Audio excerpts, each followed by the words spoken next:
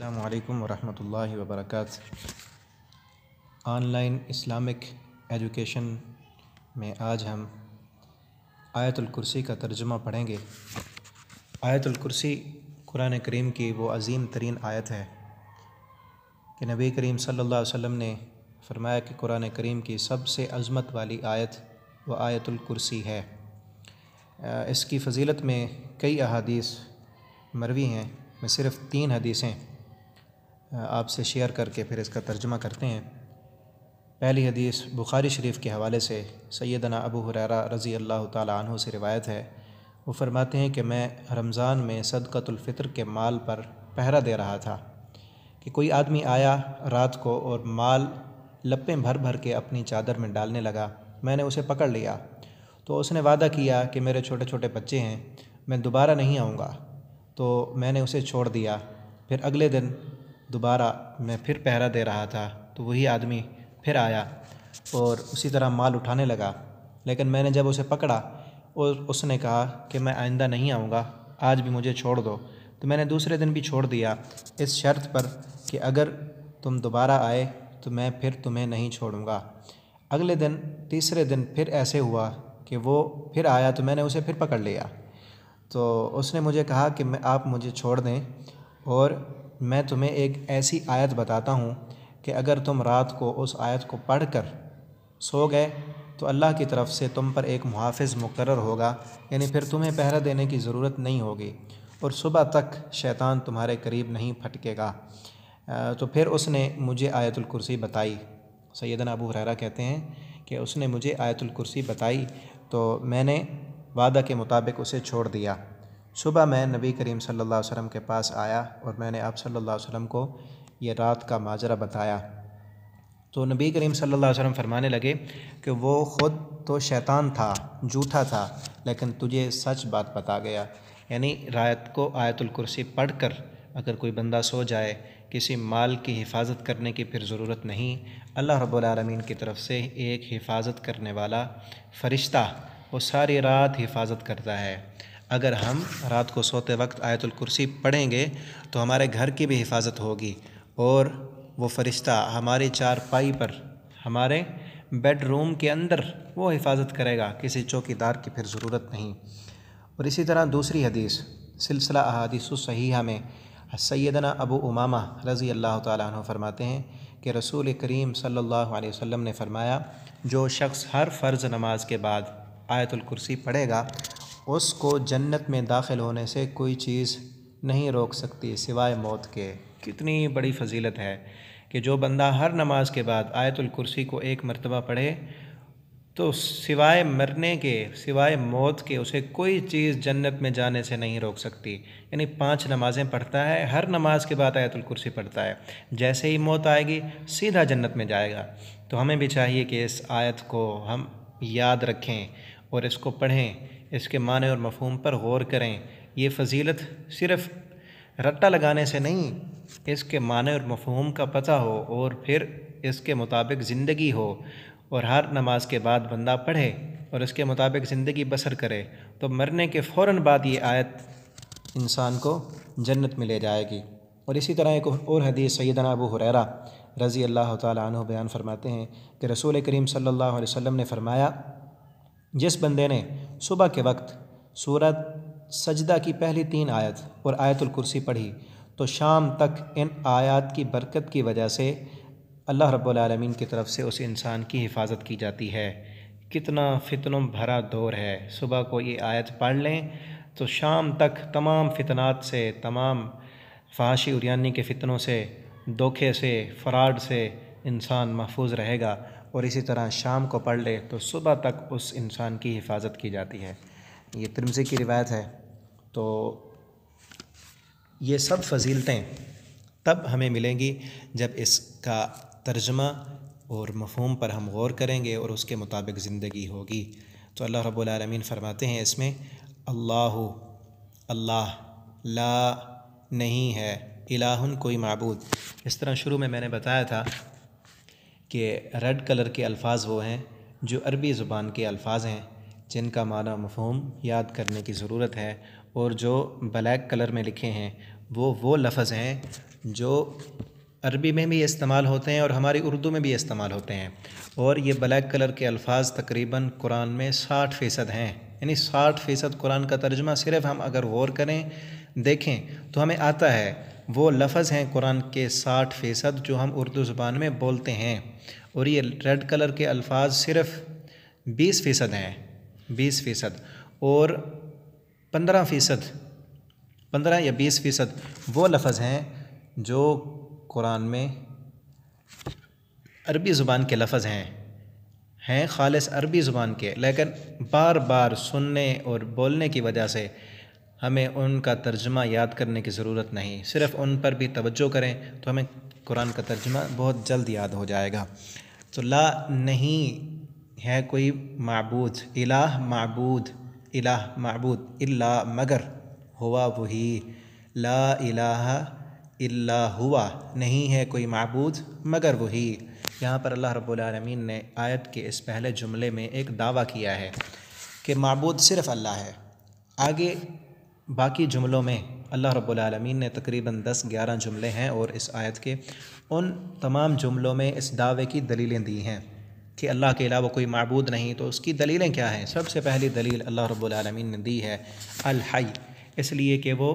زندہ ہے۔ پہلی دلیل، وہ زندہ ہے، ہمیشہ سے زندہ ہے، اور پوری کائنات کو زندگی دینے والا بھی وہی ہے۔ وہ جب چاہے کسی کو زندگی دے دے، کسی کو موت دے دے، وہ موت و حیات کا مالک وہی ہے، اسی لیے معبود وہی ہے۔ اس کے علاوہ جتنے بھی چیزیں ہیں کل من علیہا فان، وہ سب فنا ہونے والی ہیں، ایک وقت تھا وہ نہیں تھیں، اب اللہ نے وجود دیا، زندگی دی ایک مقررہ وقت تک، پھر اللہ رب العالمین زندگی وہ لے لیں گے۔ الحی تو پہلی دلیل، اللہ زندہ ہے اسی لیے وہی معبود ہیں۔ القیوم دوسری دلیل کہ اللہ رب العالمین قیوم، قائم ہیں، خود بھی قائم ہیں اور پوری کائنات کو قائم رکھنے والے ہیں۔ اگر اللہ رب العالمین کسی کو قائم نہ رکھے تو بڑی بڑی سلطنتیں اور اپنے آپ کو رب العالمین کہنے والے بھی قائم نہ رہ سکے۔ اللہ نے سب کو دنیا میں سوائے ہستی سے مٹا دیا۔ یہ اس بات کی دلیل ہے کہ القیوم وہ خود بھی قائم ہے، اور اسی کی ذات کی وجہ سے، اسی کی رحمت کی وجہ سے ساری خلقت قائم ہے۔ ہم کتنے روز گناہ کرتے ہیں، اگر اللہ چاہیں تو ایک لمحہ بھی ہمیں زندگی ہمیں قائم نہ رہنے دیں، یہ اللہ کی رحمت ہے کہ ہم گناہوں کے باوجود بھی قائم ہیں۔ تو نبی کریم صلی اللہ علیہ وسلم دعا کیا کرتے تھے، یا حی یا قیوم، اے زندہ اور قائم رہنے والے، برحمتک استغیث، میں تیری رحمت کا سوال کرتا ہوں، تیری رحمت چاہتا ہوں کہ اپنی رحمت سے مجھے بھی قائم رکھ۔ تو 2 دلیلیں ہو گئیں۔ تیسری دلیل اللہ کے معبود ہونے کی، لا تأخذو، لا نہیں، تأخذو پکڑتی اسے، سنتن اونگھ، نیند سے پہلے کی جو کیفیت ہوتی ہے اسے اونگھ کہتے ہیں، کہ اسے نہیں اونگھ پکڑتی۔ یہ دلیل ہے کہ اللہ رب العالمین ہی معبود ہیں، کہ اللہ رب العالمین نہ تھکتے ہیں، نہ انہیں کوئی اونگھ آتی ہے، نہ ولا نوم، اور نہ نیند آتی ہے۔ باقی جتنی بھی اللہ کی مخلوق ہے، کوئی ولی ہے، کوئی اللہ رب العالمین کے پیغمبر ہیں، برگزیدہ ہستیاں ہیں، سب کو نیند بھی آتی ہے، وہ تھک بھی جاتے ہیں، انہیں اونگھ بھی آتی ہے، لیکن اللہ رب العالمین معبود اسی لیے ہیں کہ اللہ کو لا تأخذہ سنۃ ولا نوم، نہ اونگھ آتی ہے اور نہ نیند آتی ہے۔ لہو چوتھی دلیل، لہو اسی کا ہے، ما جو فی السماوات آسمانوں میں ہے، وما فی الارض اور جو زمین میں ہے، سب کچھ اسی کا ہے، کسی اور کا نہیں۔ ساری زمین اللہ رب العالمین نے ہی انسانوں کو دی ہے، کسی کو کسی زمین کا بادشاہ بنا دیا، کسی کو کوئی زمین دے دی، لیکن ایک مقررہ وقت کے لیے، اور حقیقی معنوں میں جو کچھ بھی ہے وہ سارے کا سارا اللہ رب العالمین کا ہے، کسی اور کا ایک ذرہ بھی نہیں۔ کوئی دنیا کا ایسا جن لوگوں نے غیروں کو معبود بنایا، مشکل کشا بنایا، کوئی ایک انسان بلکہ سارے انسان مل کر مٹی کا ایک ذرہ بھی پیدا نہیں کر سکتے، درخت کا ایک پتا بھی نہیں بنا سکتے، ایک مکھی کا پر بھی نہیں بنا سکتے۔ اللہ رب العالمین نے چیلنج کیا ہے ان لوگوں کو جو رب کو چھوڑ کر دوسروں کو معبود بناتے ہیں۔ اللہ رب العالمین نے فرمایا، یا ایھا الناس ضرب مثل فاستمعوا لہ، اے انسانوں میں تمہیں مثال بیان کرتا ہوں، غور سے سنو۔ ان الذین تدعون من دون اللہ لن یخلقوا ذبابا، جن کی تم اللہ کو چھوڑ کر عبادت کرتے ہو، لن یخلقوا ذبابا، وہ ایک مکھی بھی نہیں بنا سکتے، مکھی کا ایک پر بھی نہیں بنا سکتے، ولا اجتمعوا لہ، وہ سارے مل جائیں تو پھر بھی مکھی کا ایک پر بھی وہ پیدا نہیں کر سکتے۔ جو کچھ ہے وہ سارے کا سارا اللہ رب العالمین کا ہے، اس لیے معبود بھی اللہ رب العالمین ہی ہیں۔ من ذا الذی، اگلی دلیل اللہ رب العالمین کے الہ ہونے کی۔ من، کون ہے، ذا، وہ ذات، وہ ہستی، الذی، جو، یشفع، سفارش کر سکے، عندہ، اس کے پاس۔ کس کی جرت ہے، کس کی طاقت ہے کہ اللہ رب العالمین کے پاس جا کر سفارش کر سکے؟ قیامت کے دن اللہ رب العالمین کے ہاں سفارش کرنا تو دور کی بات ہے، دوسرے مقام پر اللہ رب العالمین فرماتے ہیں کہ اللہ کے ہاں لا یتکلمون، کوئی کلام بھی نہیں کر سکے گا۔ جب قیامت کا میدان ہوگا، اللہ رب العالمین حساب و کتاب کے لیے آئیں گے تو فرمایا لا یتکلمون، کوئی انسان کلام بھی نہیں کر سکے گا اللہ رب العالمین کی بارگاہ میں، الا من اذن لہ الرحمن، مگر وہی کلام کرے گا جس کو اللہ رحمان اجازت دیں گے۔ تو حدیث میں آتا ہے نبی کریم صلی اللہ علیہ وسلم بھی سفارش کریں گے۔ اللہ رب العالمین ہمیں بھی اپنے پیارے پیغمبر صلی اللہ علیہ وسلم کی سفارش کا حقدار بنا دے۔ یہاں بھی فرمایا الا من ذا الذی، کون ہے، یشفع، جو سفارش کرے، عندہ، اس کے پاس، الا، مگر، باذنہ، اس کے حکم سے، جسے اللہ رب العالمین اجازت دیں گے، جسے حکم دیں گے وہ سفارش فرمائیں گے۔ تو آپ صلی اللہ علیہ وسلم اللہ کے ہاں جب سفارش کرنے کے لیے جائیں گے اپنے گناہگار امتیوں کی، تو آپ سجدے میں گر جائیں گے، اللہ رب العالمین کے سامنے سجدے میں گریں گے اور بہت لمبا سجدہ کریں گے،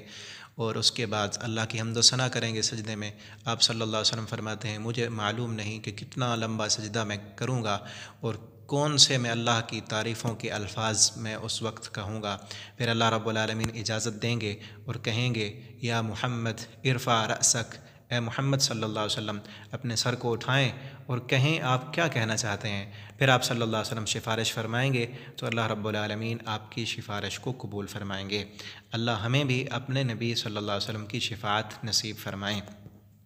تو یہاں اگلی دلیل دی کہ کسی کی جرت نہیں، کسی کی طاقت نہیں کہ اس کے پاس سفارش کر سکے مگر اس کی اجازت کے ساتھ، کیونکہ سب کچھ ہے زمین و آسمان میں اسی کا، تو جو سب کچھ اسی کا ہے تو اس کی اجازت کے بغیر سفارش بھی نہیں ہو سکے گی۔ آگے اللہ رب العالمین فرماتے ہیں یعلم، اگلی دلیل دی اللہ رب العالمین نے اپنے الہ ہونے کی، یعلم، وہ جانتا ہے، ما بینا، جو درمیان ہے، ایدیہم، ان کے ہاتھوں کے، جو ان کے ہاتھوں میں ہے اللہ رب العالمین اسے بھی جاننے والے ہیں، جو سامنے ہے اسے بھی جاننے والے ہیں، وما خلفہم، اور جو ان کے پیچھے ہے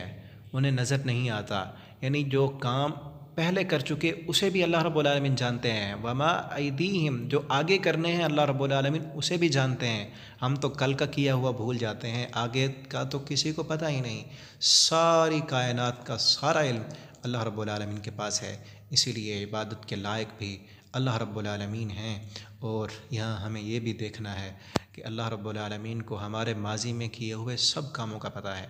اگر وہ نیک کام کیے ہیں تو نیکیوں کا بھی اللہ رب العالمین کو پتہ ہے، اگر وہ گناہ کیے ہیں تو ان کا بھی اللہ کو پتہ ہے۔ تو ہمیں چاہیے کہ ہم ان گناہوں کی معافی مانگیں اور آئندہ گناہ نہ کرنے کا ارادہ کریں، اور اللہ رب العالمین ہمیں گناہوں سے بچائیں اور آئندہ اپنی فرما برداری والے کام کرنے کی ہمیں اللہ رب العالمین توفیق دیں۔ ولا یحیطون، اگلی دلیل دی اللہ رب العالمین نے، ولا یحیطون، اور نہیں، ولا یحیطون، اور نہ، یحیطون، وہ سب احاطہ کر سکتے، ساری کائنات مل کر احاطہ نہیں کر سکتی، پیمائش نہیں کر سکتی، بشیء، کچھ بھی، من علم، اس کے علم کا، اس کا علم کتنا ہے، یہ ساری کائنات مل جائے تو اس کے علم کا احاطہ نہیں کر سکتے۔ حدیث میں آتا ہے جب حضرت موسیٰ علیہ السلام حضرت خضر علیہ السلام کے پاس گئے علم حاصل کرنے کے لیے، تو اس وقت سمندر میں وہ سفر کر رہے تھے، سمندر میں ایک چڑیا آئی، اس نے اپنی چونچ میں سمندر سے پانی لیا اور اڑ گئی، تو سیدنا موسیٰ علیہ السلام کو خضر علیہ السلام بتانے لگے کہ اے موسیٰ دیکھ، یہ پورا سمندر ہے، اس سمندر سے اس چڑیا نے جو چونچ میں پانی لیا وہ ساری کائنات کا علم میرا علم، آپ کا علم، ساری کائنات کا علم وہ اتنا ہے جتنا چڑیا نے چونچ میں پانی لیا ہے، اور جو سمندر ہے یہ سب اللہ رب العالمین کا علم اتنا زیادہ ہے۔ تو فرمایا ولا یحیطون، کوئی احاطہ ہی نہیں کر سکتا کہ اللہ رب العالمین کا علم کتنا بڑا ہے، وہ سب کو جاننے والا، آگے پیچھے۔ اور قرآن کریم میں اللہ رب العالمین فرماتے ہیں کہ جو درخت سے ایک پتا ولا رطب ولا یابس الا فی کتاب مبین، جتنے سبز پتے ہیں اور جو خشک ہو کر پتا گرتا ہے، سب کا سب اللہ رب العالمین کا علم ہے، علم میں ہے۔ کروڑوں کھربوں درخت ہیں دنیا میں، سب کو اللہ رب العالمین جانتے ہیں۔ تو وہ ہماری رات کی تنہائی کو بھی جانتے ہیں، ہمارے سجدوں کو بھی دیکھتے ہیں، اور نیٹ پر، موبائل پر اگر ہم اس کی نافرمانی کریں، جو کچھ کریں، وہ سب کا علم اللہ رب العالمین کے پاس ہے۔ آگے فرمایا الا ولا یحیطون بشیء، کچھ بھی اس کے علم کا احاطہ نہیں کر سکتے، الا مگر بما شاء، جتنا وہ چاہے، جتنا وہ چاہے علم کسی کو دے دے تو اتنا اسے علم مل سکتا ہے۔ وسع، اور گھیر رکھا ہے، کرسی، اس کی کرسی نے، السماوات، آسمانوں کو، والارض، اور زمین کو، اس کی کرسی نے آسمانوں اور زمینوں کو گھیر رکھا ہے۔ کرسی کا لفظ جب آتا ہے تو دنیا میں جو معنی ہمارے ذہن میں آتا ہے کہ کرسی کے 4 پائے ہوتے ہیں اور اس پر بیٹھنے کی جگہ ہوتی ہے، لیکن یہاں پر اللہ رب العالمین نے جو کرسی کا لفظ استعمال کیا ہے وہ ہماری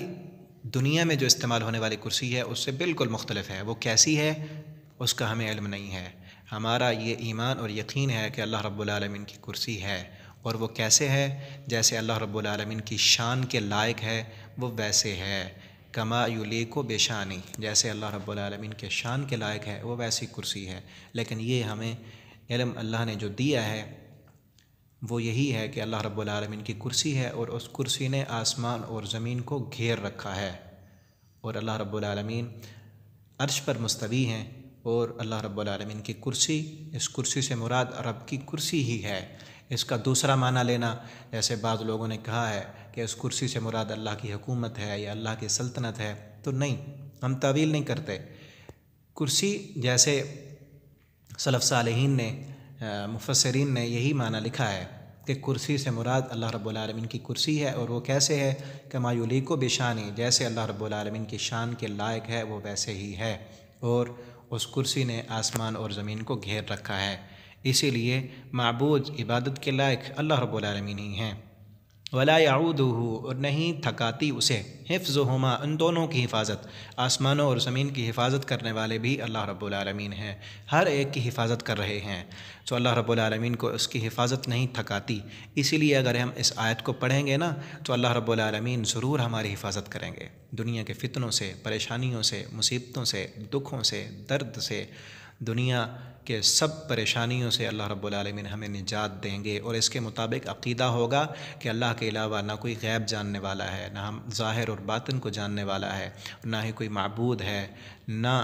اللہ رب العالمین کے سوا کوئی حفاظت کرنے والا ہے۔ تو اللہ ضرور ہماری حفاظت بھی فرمائیں گے، اور ہمیں مرنے کے فوراً بعد بغیر حساب کے جنت بھی دیں گے۔ ولا یعودہ حفظہما، نہیں تھکاتی اسے ان دونوں کی حفاظت، وہو العلی، اور وہ بہت بلند ہیں، بہت بلند ہیں اپنی ذات کے اعتبار سے، آسمانوں سے اوپر عرش پر مستوی ہیں، اور اپنے علم کے اعتبار سے اتنا علم کہ لا یحیطون بشیء، تم احاطہ ہی نہیں کر سکتے کہ کتنا علم۔ 7ویں زمین کی 7ویں تہہ میں بھی اگر کوئی کیڑی چلتی ہے تو اللہ رب العالمین اس کے چلنے کے قدموں کی آواز کو بھی سنتے ہیں اور اسے دیکھتے بھی ہیں۔ اتنا زیادہ علم اور اتنی بڑی شان والے اللہ رب العالمین ہیں، العظیم، اور بہت عظمت والے ہیں۔ اسی طرح یہ آیت بھی بہت عظمت والی ہے، قرآن کی سب سے عظیم ترین آیت۔ اس کے معنی و مفہوم کو سمجھیں، اس کو پڑھیں، بار بار پڑھیں، اس کے ساتھ محبت کریں، اس کے ساتھ محبت کرنے والا، اس کے معنی اور مفہوم پر غور و فکر کرنے والا کبھی دنیا میں نامراد نہیں رہ سکتا۔ اللہ رب العالمین دنیا میں بھی اسے کامیاب کرتے ہیں، آخرت میں بھی کامیابی اسی انسان کی ہے جو آیت الکرسی سے محبت کرتا ہے، اس کے مطابق عقیدہ بناتا ہے۔ اللہ رب العالمین ہمیں اس آیت سے محبت کرنے کی، اس کے معنی اور مفہوم پر غور کرتے ہوئے اس کے مطابق زندگی بسر کرنے کی توفیق دیں۔ آخر دعوانا الحمدللہ رب